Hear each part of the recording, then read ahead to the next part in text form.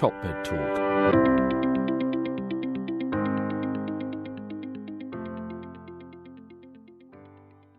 Well, hello and welcome to the TopMedTalk Zone. We are live from EBPOM Day 2. I've just rushed off the main stage where we were talking to Lee Fleischer during our very special TopMedTalk session there. Monty's going to be joining us here in just a little bit, but it's my pleasure to introduce Professor Saul Aronson, who is joining us from Chicago, right, Saul? Yes, virtually through Durham. That's great. Well, it's all virtual. It's the beauty of a green screen, right? Well, Saul, thank you for joining us and getting into this conversation here to talk about video laryngoscopy during COVID. This backdrop is just to remind people of the EBPOM Chicago meeting that's coming up in September. There you go. We'll talk about more about that at the end there, Saul. We'll have a plug for it. We also have Henry Howe, who's joining us from the TopMedTalk studios in London, England. He is now a doctor, in case you haven't heard, for all of the TopMedTalk listeners out there. Congratulations, Henry, and thank you for joining us. Thank you, Desiree. Thank you. You can see I'm sporting the EBPOM T-shirt, which people might be wearing around the studio around here. Yeah, fantastic. We'll talk a little bit more about the Pockapalooza here in just a little bit. But I'd like to introduce our very special guest who's joining us from Lausanne, Switzerland. It's Dr. Patrick Schoettker. I hope I pronounced that correctly. Thank you so much. Yeah, thank you so much for joining us. How are you doing? Well, thank you very much. It's a pleasure to join here from Switzerland. And I don't have the nice background as Saul has. My background is just the messy office of a Swiss anesthetist, right? You're a working man. It's okay. It's we have some coffee here. It's fine. Yeah, well, of course you have to have some coffee there. What time are we joining you? What time is it there? 4 o'clock. 4 o'clock. All right. So the beauty of the virtual meeting for sure. Well, Patrick, for our listeners and our viewers, because TopMedTalk is a podcast as well, and we're going to be podcasting this a little bit later. Tell us a little bit more about yourself. Well, I'm a professor of anesthesia and emergency medicine here at the University Hospital of Lausanne, the CHUV, which is one of the 5 big university hospitals in the Swiss country. We have about 1,500 beds, and we run all kind of surgeries, and we got fairly affected with the COVID. As you might know, the state of Vaud was one of the biggest places where COVID hit. We learned a lot, and we still have a lot to learn. Yeah, well, it's interesting, the international perspective, because, you know, we've heard in some European countries, they've not been hit very hard at all, and others. Can you speak to why that was such a hot spot, or what some of the theories are on that? As you know, Switzerland is a small country bordered by many different countries, and we're very close, actually. We are bordering Italy. So as Italy was one of the hub, they got translated to Switzerland. And then we have this beauty of the Swiss Alps, and the Swiss Alps created a natural barrier to the spread of the disease. So some parts of Switzerland were fairly spared. Some others were hit fairly hard. It's just a wave that we saw coming in. We had time to be prepared, learning from our friends in Italy, in China, in Hong Kong. And some places were totally spared, some others were more affected. And we were one of the most affected. Mm-hmm. Well, tell us a little bit about your institution in general then. I mean, how were you seeing major surges there, and did you have to have a lot of transition into, ICU, creating more ICU beds and things like that? Yeah. So normally we run about 35 beds in ICU. And by seeing the wave coming in and trying to understand the timings of the waves, we doubled, first of all, we doubled the capacity of intensive care beds. And then we decided to triple it, with an extra possibility to make it 4 times bigger. By doing that, we had to reinvent the hospital, because evidently you need to have walls, like rooms where you can get the people in. We need to have equipment that you need to be able to ventilate or take care of these patients. And I'm only talking about ICU. Yeah. And of course, you need to have human resources, being intensivists, emergency physicians, anesthetists, and even sometimes orthopedists or dermatologists, because not everybody's available all the time. So it was quite a challenge from the technical point of view, from a human point of view, and from general management point of view. And of course, one of the first areas that was used to be transformed into an ICU setting was the operating room. So we closed down half of our operating rooms. We transformed each OR into 2 beds of ICU. using the available human resources like anesthetists, nurse anesthetists to take care of these patients. Oh wow, that's crazy. So, what was your surging capacity? I mean, how many patients were you seeing? What was the max patients that you saw there? So the hospital accepted about the maximum 400 patients, COVID, and out of these 400, we had about 80 to 90 in the ICU. So that was the maximum surge we had.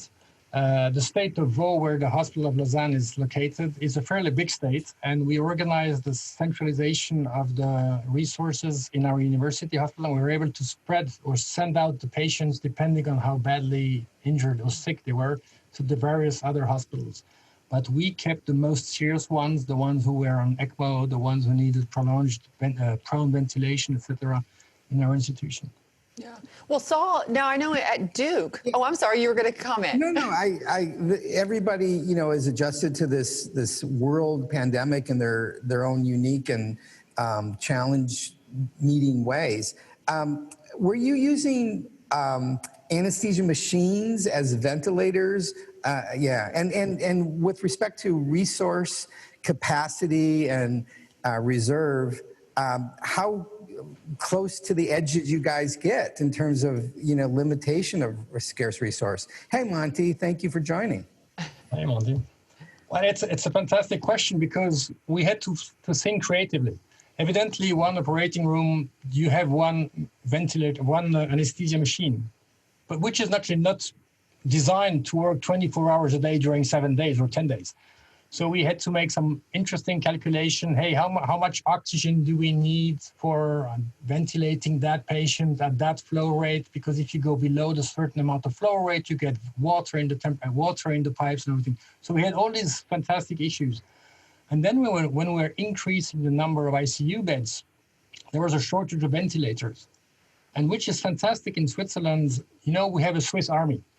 And we discovered that the Swiss army had actually... We use your knives. Yeah. You can almost ventilate a patient with a Swiss army knife, right? You could definitely do it, Greg. But the good thing about the Swiss army, we discovered by chance that they had a huge stock of 100 ventilators, high quality ventilators that nobody knows what they would be using them for. So all of a sudden, we were able to connect to the Swiss Army, and they helped us a lot manage this situation because we were able to dispatch the ventilators to the structures that needed them the most. This helped us a lot. Where are you right now in terms of the surge? Is it ascending? Is it descending? Is it stable? Is it reascending? How would you characterize the world in Switzerland right now? So we started on March the 13th, which was the beginning of the bad news. The maximum was about 2 or 3 weeks later. And on April 27th, we went out of the critical zone. And now it's interesting, 1st of July, we see the numbers are coming back slowly, but they're coming back. For the last 4 days, we have seen a doubling of the COVID situation. So every day, there's twice more people who have been diagnosed with COVID. It does not relate to an increase in hospitalization, although yet. And what is interesting for us that we had to take special procedures to take care of these patients. Also the ones who were COVID positive and severely injured, sick, that had to go to ICU or to operating rooms. But now we see people who get elective operations that turn out to be COVID as well. But the COVID is not the biggest issue, right? It's the issue right here. So we're slowly seeing, it's not a wave, like a little wavelet, it's coming in and out, and just expecting over the next 2, maybe 10 days, 2 weeks, how high the wave will come back. But we're specifically back in something which is new. Do you think this is a rhetoric question, I have my own opinions. Do you think we're getting bored of being rigorous? Or do you think this is a different strain or a different phenotype? Are we all suffering from attention deficit disorder and just can't stay the course and behave appropriately? Why do you think this isn't a second wave? It's too soon for a second wave. This is a residual of a poorly managed first wave, my opinion. Well, the Swiss were very robust. When somebody tells you to do it, you do it. But even a Swiss, after months of having the social distance, wearing masks, etc., you get a bit tired of it. And the interesting thing is we see now that the National Council has given us freedom to move not 2 meters away, but 1.5 meters. And this can be, depending on what time of the night, getting a bit shorter and shorter. And now we see these little hubs, these little clusters coming out, people working together or being together in a disco, people being in the bar. So I think what you said is totally right. People are getting tired of living this artificial life, which is very different than the one that you used to live before. Yeah. Well, I think I just had a message from Monty, who said that he was in the abstract session and he ran over, and then he's nipping out again. It looks like he's going to take a break, and that is all good. So he may join us here in just a little bit. I know poor guy has been working so hard. He's been on the stage a ton. Just real quickly, Henry, can you talk about a little bit about your experience with COVID, as where you were a medical student, and were you able to identify with some of the things that Patrick was discussing? Yeah, so I was a final year medical student. Oh, hi, Monty. Monty's come over to our setup here in the room next door. So so I was a final year medical student at Bristol University, which is a couple of hours from London in the UK. And we were supposed to graduate at the end of July, but they decided, obviously, when the pandemic hit, that they graduated us early in April so that we could come and help out. So I did 2 months working on the lower GI surgical team. Fortunately, though, at Southmead Hospital, where I was at, we didn't really have the big surge that was expected. In the southwest and the UK, we're actually quite lucky, and the R value was relatively low. So we never got that hit, as per se, and for me, it was actually quite a nice way of being introduced into the job. But certainly in London, it's hit hard here, and there was expansions. Plans were put in place in Southmead for expansions. We have a 90-bed ITU there, the largest ITU in the southwest, and they doubled up ventilators in each room with the anticipation that we were going to be hit hard, but ended up only working at about quarter capacity. Gotcha. Well, one of the things I'm thinking is, as Patrick, as you were speaking, and I know about Saul, some of the things that you were discussing, and Henry, is that there have been a lot of lessons that we've probably learned from all of our experiences, because they've all been slightly different. Patrick, can you speak to some of the things that you guys have taken away from this first initial, or be it whatever, that Saul was referring, maybe it's not our first wave, maybe we're still in the middle of it. But tell us about some of the lessons that we've learned from that. I know that you've had some experience with, frontline providers with intubations and things like that. I know we wanted to discuss, video laryngoscopy and some of those points. So the interesting, we learned a lot, and we're still learning. One of the things we learned is that how do the people get their information? As medical doctors, we're trained to read and listen or understand, and we go through scientific literature. And all of a sudden, we saw a big surge of news coming out from some different threads, being, social media. Yeah. Interesting that scientifically trained doctors, they were paying more attention to the noise on these channels than what they were reading in the facts.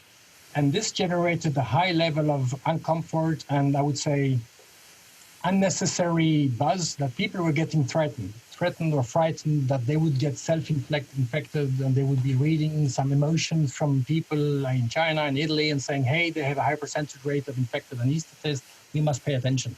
So it was very interesting that one of my job was to convince people that what we're doing is the right thing. Yeah.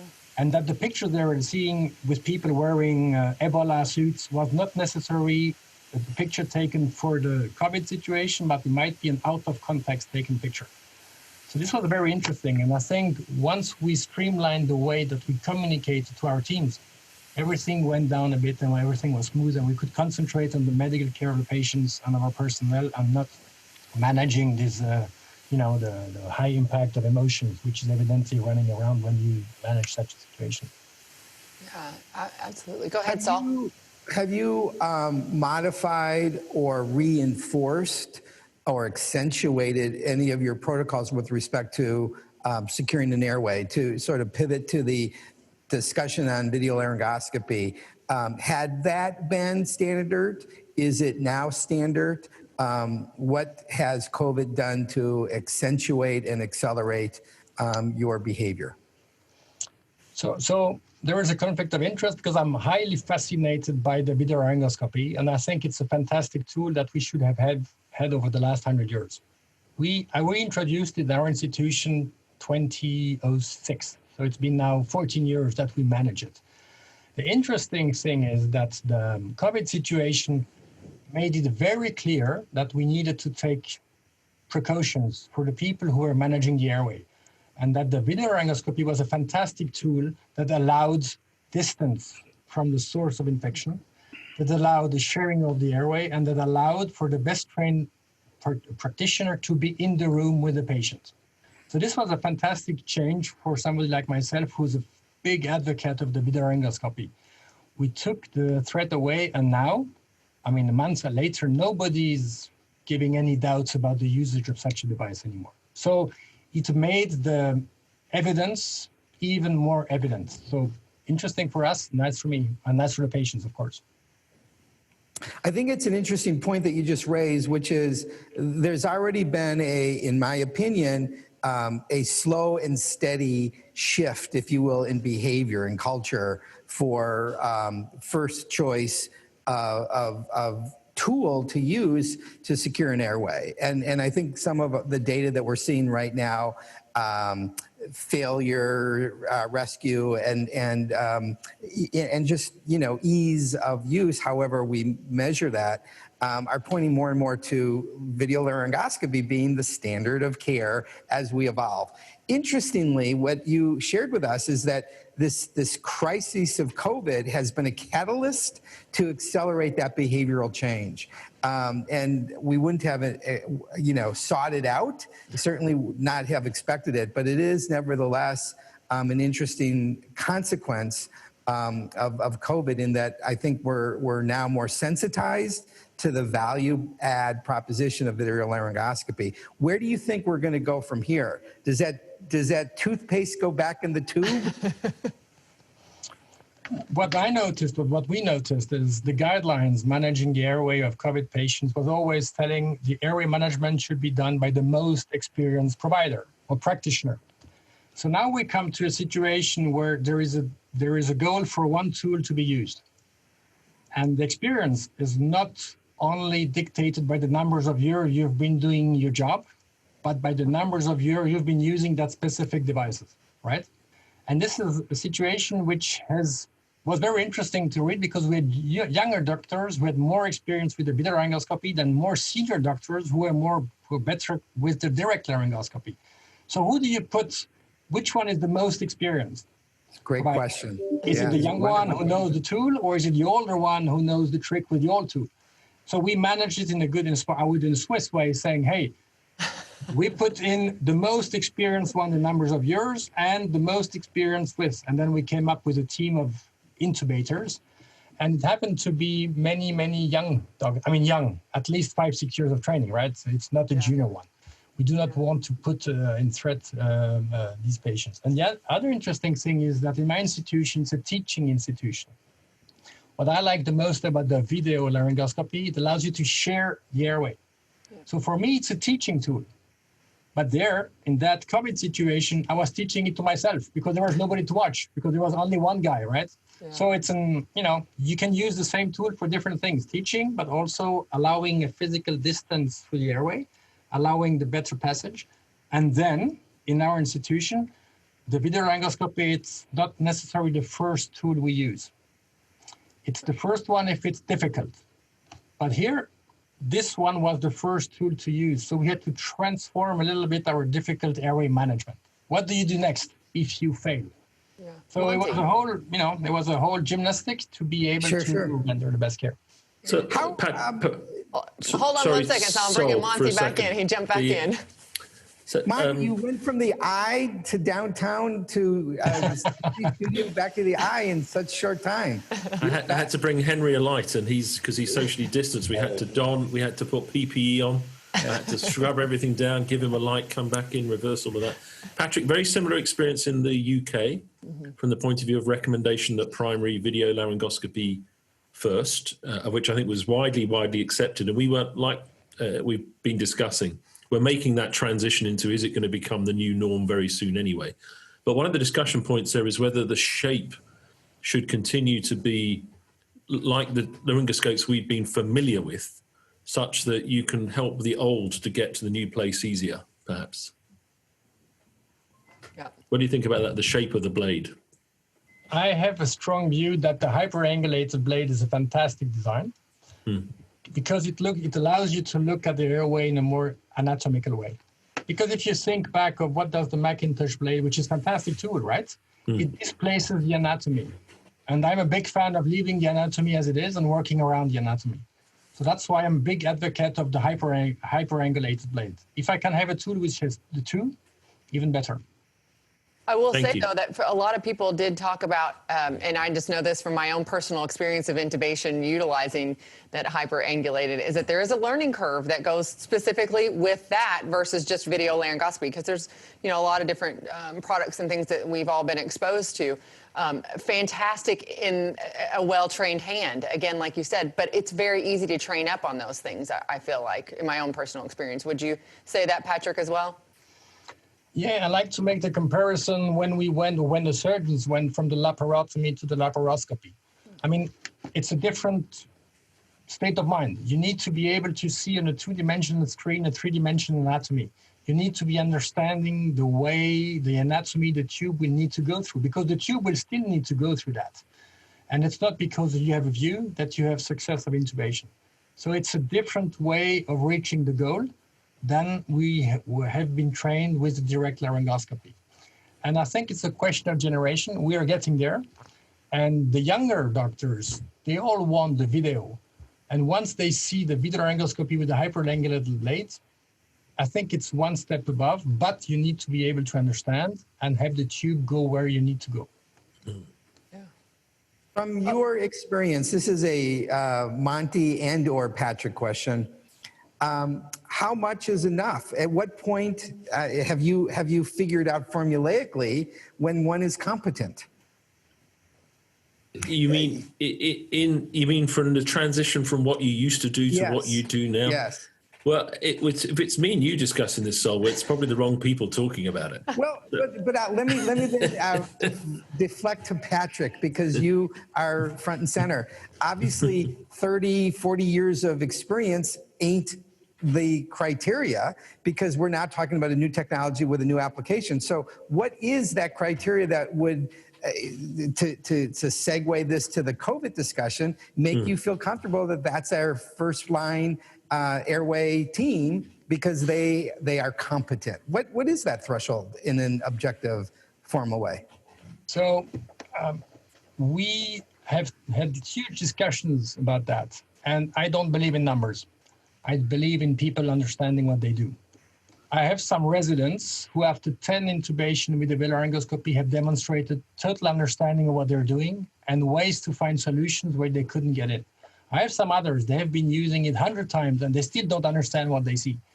So when everything is fine, that's easy. The problem is that I want to cover the ones that are very difficult, where you have a beautiful view, but you still can't get the tube in. So our solution in our institution, it might be a very Swiss solution, is I have an expert, so usually it's one of my team or myself, and I'm next to the guy, and he needs to demonstrate and explain to me what he's doing, what he's seeing, and how he's going to reach the goal. And so I say, okay, you're good for fit, you're fit to fly, or you still need some more training. And we train on mannequins, but also on the patients that we do have here, right? We have many difficult patients. I'm head of ENT and neuro anesthesia, so we have all these fantastic patients who need to be operated with difficult airway. So we use that for training and validation. So it's not a number, it's a certificate of competency. Perfect. Well, Henry, I hate to leave you out of the conversation as a junior doctor there. You probably haven't had a chance to intubate a lot of people, but you probably have a perspective on this. It's actually really interesting listening, Desiree, because, you know, I haven't used a video laryngoscope, but I have once or twice during med school used a normal laryngoscope. And the training aspect, I would definitely, you know, you look down and I'm sort of don't really know what I'm looking at. And it's okay to watch videos afterwards, but someone directing you through it at the time is really helpful, and it definitely would be useful. And I quite like the idea as well, especially in the COVID times, of the separation from the chance of catching anything. So that's really useful. I'm all for technology and advancement, so I quite like that.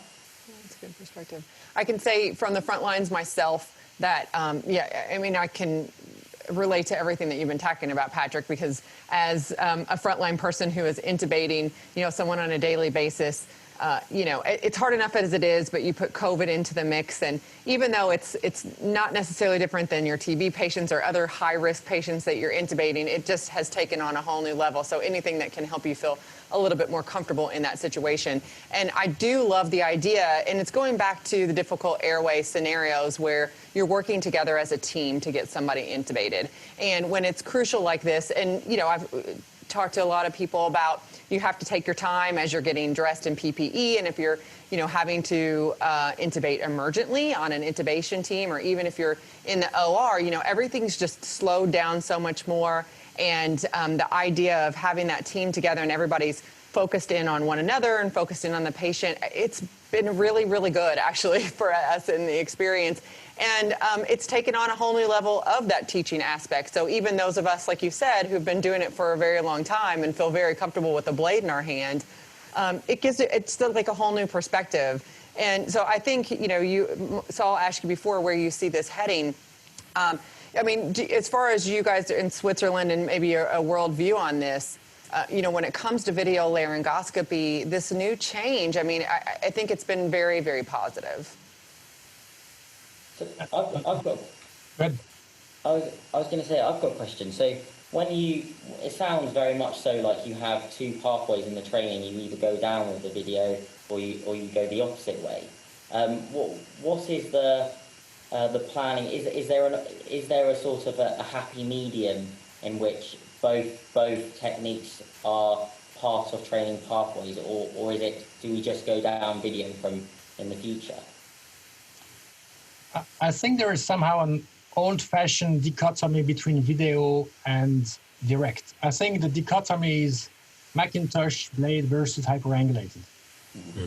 That's the thing, because if you go Macintosh, you can go direct. That is, you can have a look through the mouse, or you can look on your screen if you have a video. If you have hyperangulated, you only have to look at the screen. So I think the dichotomy is more this way. Old-fashioned is direct, Macintosh direct versus video. And I think that's the wrong way of thinking. In the future, I think the video, the availability to share the airway on screens will be much, much, much more available because everything is optics and becoming smaller. The more question is what kind of blade, and that's it. The interesting thing that we had the discussion in my department, because when you bring in new devices, even after 14 years, you still have people who believe in the other one they've been using 10 years. There is an old, I would say, there is still a myth saying that intubation with hyperangulated blades takes longer than with the direct Macintosh. Hmm. And the COVID situation is interesting because we know that we need to go fast to intubate them because evidently they have a lack of oxygen reservation of reserves. So we need to go fast. So sometimes we're taking a tool that has been designed for a higher success rate, but it might take a bit longer towards another one that is maybe faster, but not the best one. So we had some good discussions. But finally, we all agreed that the video was the best device, and we're very happy to use it. And now all the goods are good. Henry, I would presume to say it's probable for your generation to need to know both. It's not instead of, but it's probably an in addition to. But my hunch, Henry, is that very soon, probably in the wake of COVID-19, because people are going to be reluctant to put their head in the mouth of the patient, that you'll probably learn video laryngoscopy primarily, and you'll be taught how to do it non-video laryngoscopy as a default mode if the electricity fails, for example. Whereas we've learnt it the other way round. In a bit like, myself and Sol had to learn to do things like spontaneously breathing someone down in the left lateral position and blind nasal intubation because if in case the laryngoscope didn't work. So we've stopped that now, I think. But so I think the difference will be you'll learn probably VL first, probably. Do you think it's kind of like the ultrasound? I mean, I feel like this is a lot like the ultrasound conversation. I mean, Saul, you've been a huge proponent in kind of diving into technology and things like that. What do you think? Well, I think, philosophically, just to wax and wane, technology makes us smarter, and it lowers the barrier to getting smarter. And that's a good thing. It levels the field so that a broader, larger component of that base can be experts. And I think that's what technology does. Well, go ahead, Patrick. No, I mean, I think technology is the way to go. It's here. So why don't we use it? And what we have designed, for example, is tele-intubation. So there is a junior who intubates using a smartphone, just as a screen, because it's always there, right? And then we use a friend of ours, the expert, who is maybe next door or the other hospital or at home, looking at it, and he can give some advices. And you use the smartphone because you're able to call, you're able to view, and you're able to discuss. So this opens a new door. This could very well be used during the COVID, but also through all various systems, being paramedics, doctors, etc., etc. So you can expand and the common thing is technology. I was just laughing. Sorry to go back over the decades. Is the tele support for laryngoscopy used to be you'd get a call at 2:00 in the morning, and you're 10 miles away asleep, and they'd say, "I'm struggling to intubate the patient." You'd say, "Try harder." Because that was about the best you could do. No, it's interesting. I mean, I guess you technically could pick up your smartphone and take a look at the airway. Absolutely. While your junior doctor, someone else, the respiratory therapist, whoever.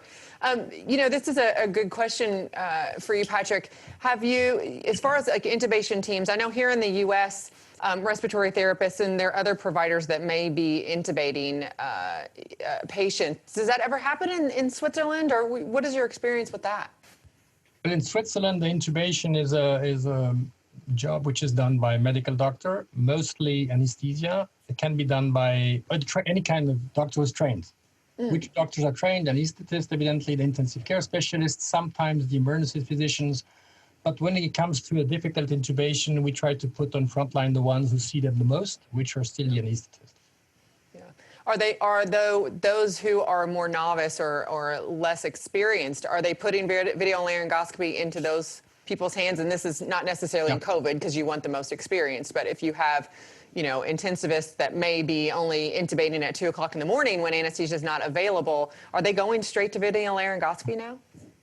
They're trained in our institution, they're trained in our department, and we provide their airway equipment. So we decide what's the best airway equipment, and then we give them the possibility to train, because you need to be aware of what's going on and what equipment you have. So we train them, and we follow up on their.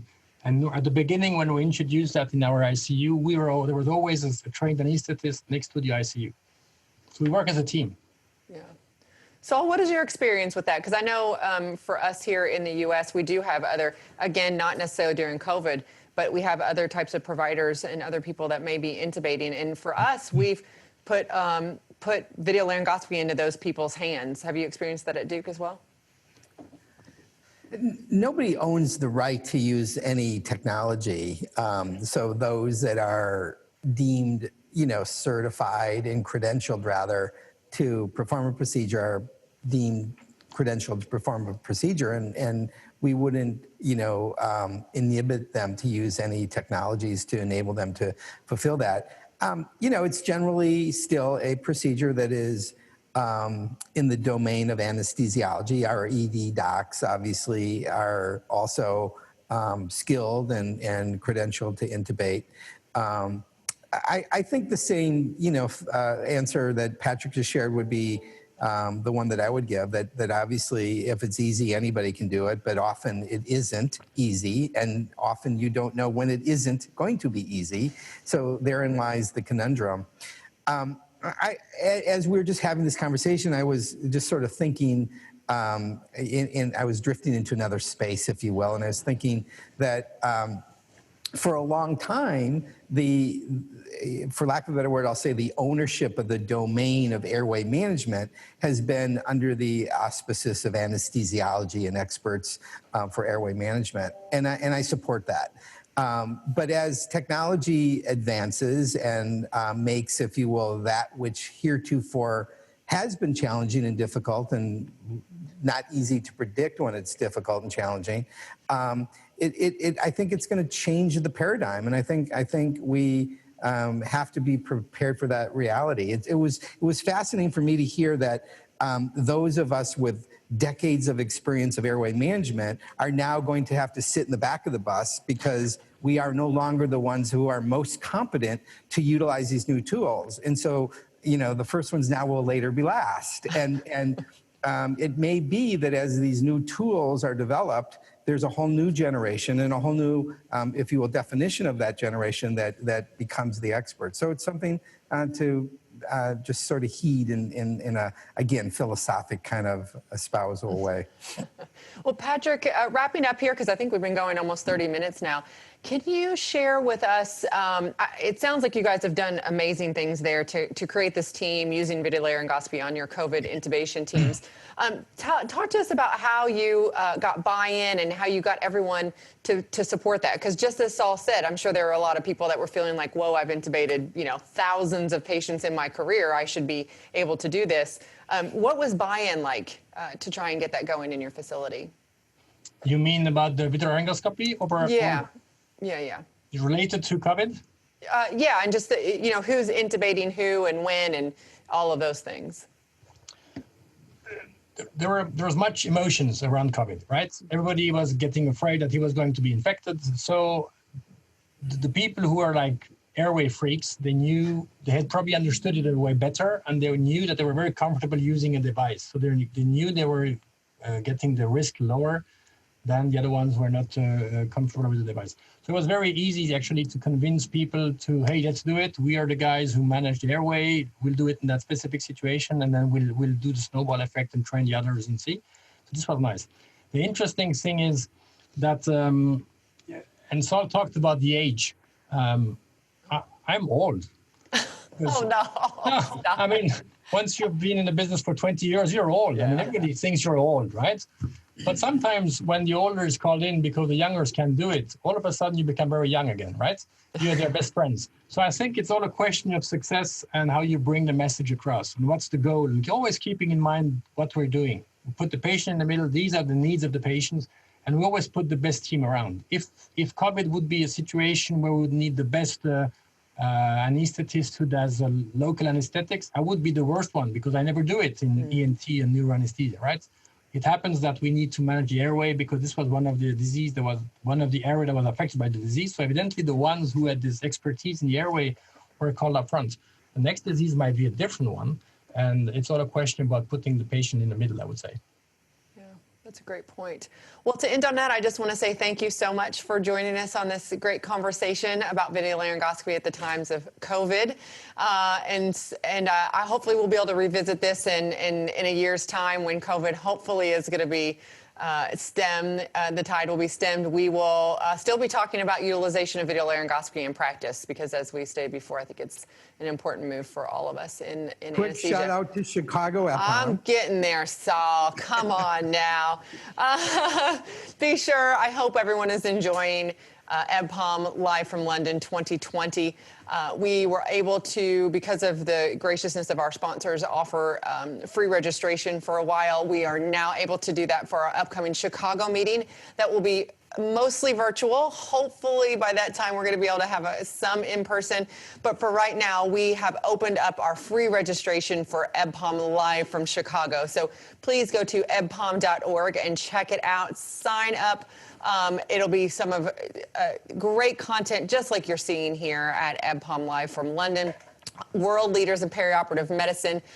Obviously a focus in the U.S., but again, we're a global organization, so voices heard from all over the world. So please, ebpom.org, sign up for free. It's only for a limited time, so be sure to check it out now.